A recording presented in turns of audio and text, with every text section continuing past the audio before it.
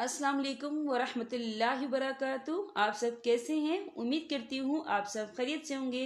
आज का हमारा टॉपिक जो है सूरह बनी इसराइल है। आयत नंबर 31 से लेकर आयत नंबर 40 तक हम इसका बामुहावरा तर्जमा पढ़ेंगे। चले आइए शुरू करते हैं।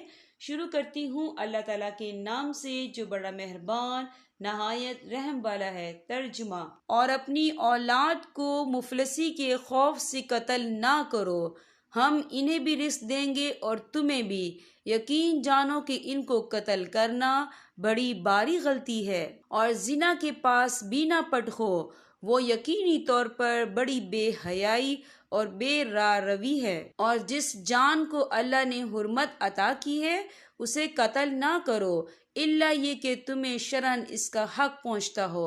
और जो शख्स मजलूमाना तौर पर कत्ल हो जाए तो हमने इसके वली को किसास का इख्तियार दिया है। चनाचा इस पर लाजिम है कि वो कत्ल करने में हद से तजावुज ना करे। यकीनन वो इस लायक है कि इसकी मदद की जाए। और यतीम के माल के पास भी ना पटखो, मगर ऐसे तरीके से जो इसके हक में बेहतरीन हो, यहाँ तक कि वो अपनी पुख्तगी को पहुँच जाए।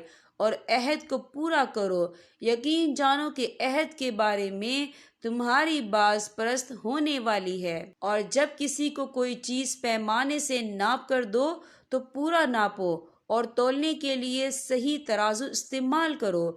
यही तरीका दुरुस्त है और इसी का इंजाम बेहतर है। और जिस बात का तुम्हें यकीन न हो इसे सच समझकर इसके पीछे मत पड़ो। यकीन रखो कि कान, आंख और दिल सब के बारे में तुमसे सवाल होगा। और जमीन में अकड़ के मत चलो, ना तुम जमीन को फाड़ सकते हो और ना बुलंदी में पहाड़ों को पहुंच सकते हो। ये सारे बुरे काम ऐसे हैं जो तुम्हारे परवरदिगार को बिल्कुल नापसंद हैं। ऐ पैगंबर, ये वो हिकमत की बातें हैं जो तुम्हारे परवरदिगार ने तुम पर वही के जरिए पहुंचाई हैं।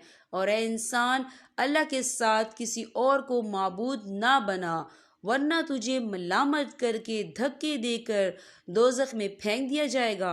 भला क्या तुम्हारे रब ने तुम्हें तो बेटे देने के लिए चुन लिया है और खुद अपने लिए फरिश्तों को बेटियां बना लिया है?